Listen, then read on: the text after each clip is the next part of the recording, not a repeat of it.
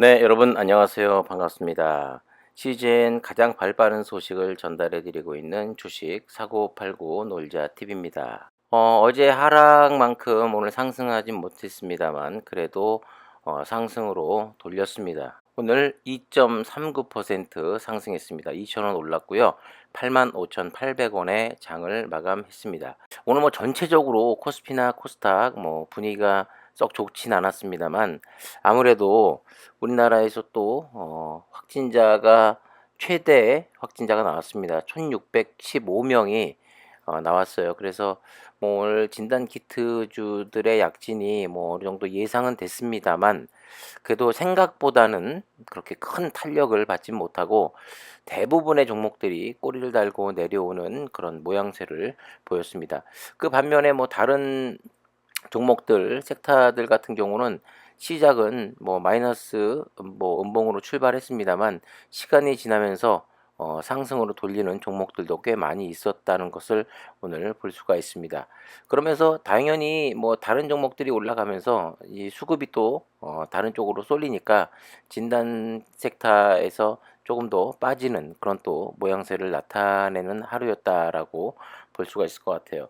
그런데 무엇보다도 오늘 좀 의미 있는 것은 뭐 그렇게 큰 의미는 아니고 물론 아직까지 믿지는 못하겠습니다마는 오늘 수급이 외국인이 이틀 연속 매수를 보여주고 있습니다. 사실 최근 들어서 뭐 하루 매수하고 2-3일 팔고 이런 모양새 뭐 이틀 동안 연속으로 매수하는 모습 뭐 볼 수 있는 흔히 볼 수 있는 상황은 아니었는데 오늘은 어제 14,000주에 이어서 오늘 또 29,000주 가량 매수를 보여줬습니다. 그 반면에 기관 쪽에서는 오늘 또 지금 3거래일째 매도를 하고 있는데 오늘도 55,000주 가량 매도를 했고요. 또 금융투자도 3일 만에 매도로 돌아섰고 뭐 얘네들은 워낙 샀다 팔았다 하는 애들이니까 뭐 이 정도로 말씀드릴 수 있을 것 같고 오늘 개인도 26,000조 가량 매수가 들어왔습니다.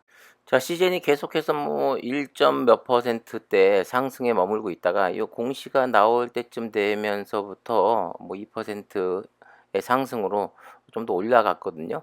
드디어 우리가 기대하고 기대하던 현금 배당, 중간 배당이죠. 분기 배당 이 공시가 나왔습니다. 생각보다는 조금 아쉬운 감이 없지 않아 있습니다. 이 분기 배당이 아무래도 1분기 때 주지 못했던 것을 좀 더 합산해서 줄 것이다. 고려하겠다라고 했는데 오늘 400원에 현금 배당을 할 것이다라는 그런 기사가 나왔습니다. 배당 총 금액이 한 200억 가량 되는 것 같아요.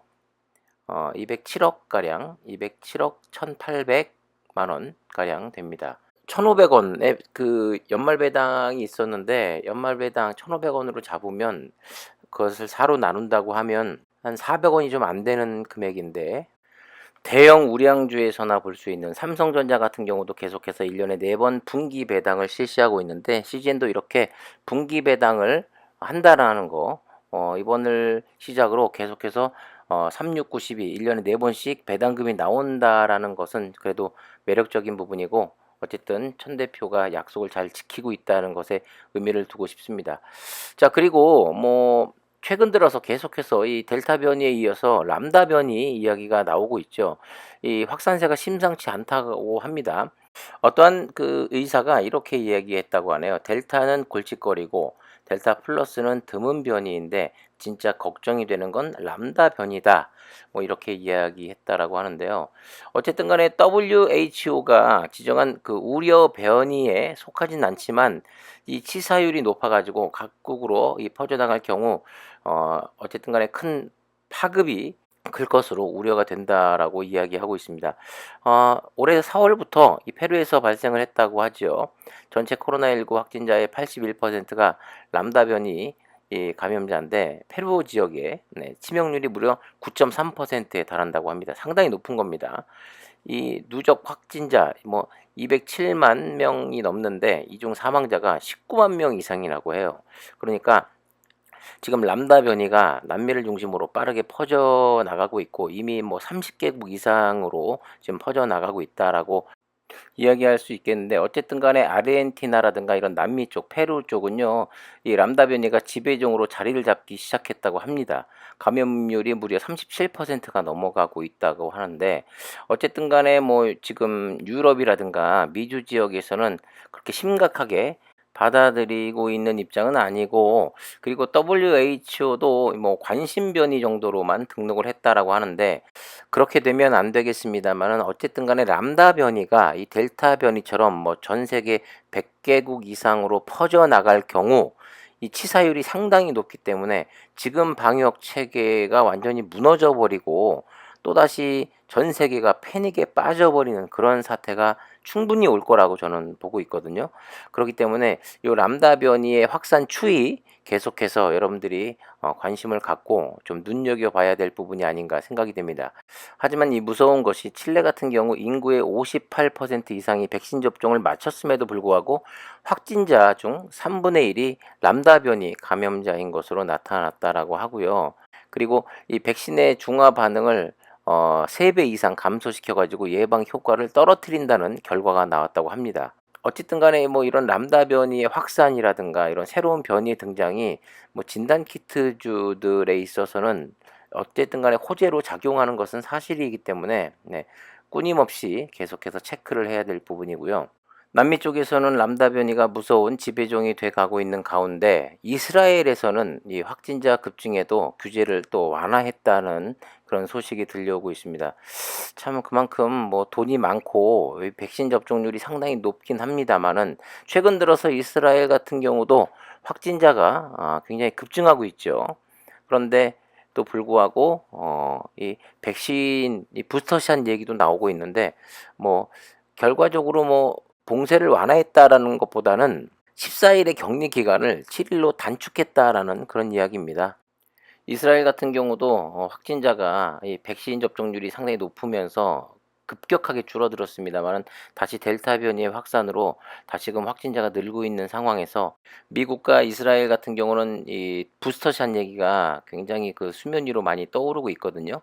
이 부스터샷을 할 경우 과연 또 이 델타 변이 또 람다 변이에 대해서 어떻게 작용을 하는지 또 확진자가 과연 얼만큼 줄어들고 아니면 반대로 얼만큼 늘어나고 이 위중증 환자들의 그 추이가 어떻게 되는지는 유심히 관찰해야 될 부분이고 그 상황에 따라서 이 진단 키트주들의 이 등락도 오르내리고 근데 분명히 영향을 미칠 거라고 생각이 됩니다.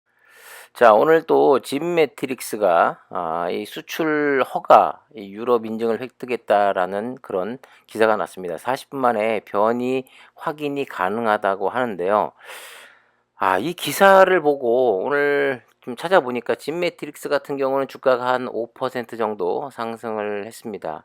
근데 물론 뭐 오늘 전체적인 뭐 진단 키트주들의 그 상승이 생각보다는 좀 미미했던 날이기도 합니다만은 어쨌든 간에 제가 이야기하고 싶은 부분은 시젠도 그만큼 많은 특허를 보유하고 있고 이 수출 관련해서 상당히 많은 나라에 계약이 되고 있고 지금도 이루어지고 있습니다마는 빨리 이런 소식들을 좀 알려야 될 필요가 분명히 있다라고 생각이 됩니다. 너무 그 회사 홍보에 적극적이지 않아요.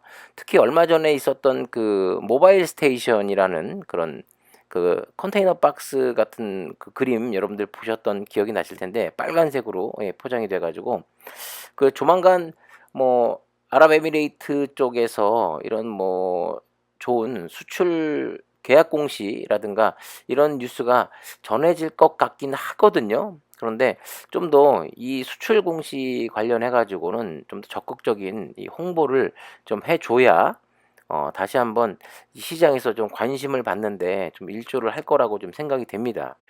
이런 수출 공시, 계약 공시 같은 게 왜 중요하냐면은 공매도들의 가장 또 큰 피해를 받고 있지 않습니까?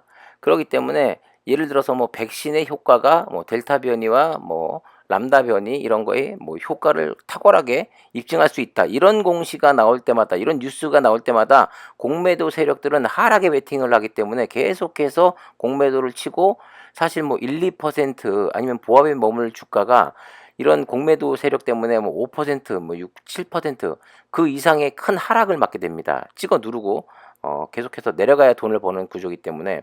그런데 이런 수출 계약 공시가 계속해서 뭐 크든 작든 꾸준히 나오게 되면은 어쨌든 수급도 몰리고 상승 탄력에 힘을 많이 얻기 때문에 공매도를 칠 수가 없거든요.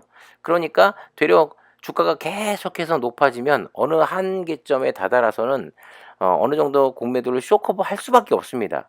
그런 이점 때문에 이 회사에서는 좀 더 적극적인 홍보, 이런 뉴스, 뭐 계약 관련 공시 이런 것을 계속 꾸준히 크든 작든 해야 된다라고 저는 생각을 하고 있습니다. 우리가 시젠을 보유하고 있다는 것만으로 어떻게 보면 참 행복합니다마는, 무엇보다도 그 행복은 회사도 돈을 벌고 또 개인 주주분들도 주가로서 또 돈을 벌 때 그 행복은 더 커지겠죠.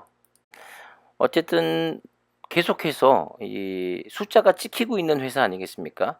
그만큼 확실하게 매출이 나오고 또 영업이익이 나오고 회사는 점점 커져가고 또 전 세계에 주목을 받고 있는 뭐 진단 키트 회사로서 상당히 네임밸류가 높아진 회사인 것만은 분명합니다만은, 그래도 그 와중에 이 검증되지도 않은 백신과의 싸움을 해야 되고 또 그리고 이 무엇보다도 이 악질, 공매도 세력, 그리고 그것을 묵인하고 용인해 준 이 금감원, 금융감독원, 이쪽 쓰레기 같은 놈들하고도 싸움을 해야 되고 너무나도 힘든 그런 싸움을 하고 있습니다마는, 결과적으로 시간이 지날수록 중간중간에 이 고비는 분명히 있을 거라고 생각이 됩니다마는, 그래도 이 가치를 언젠가는 시장에서도 확실히 인정받는 날이 곧 오지 않을까 하는 그런 생각이 듭니다.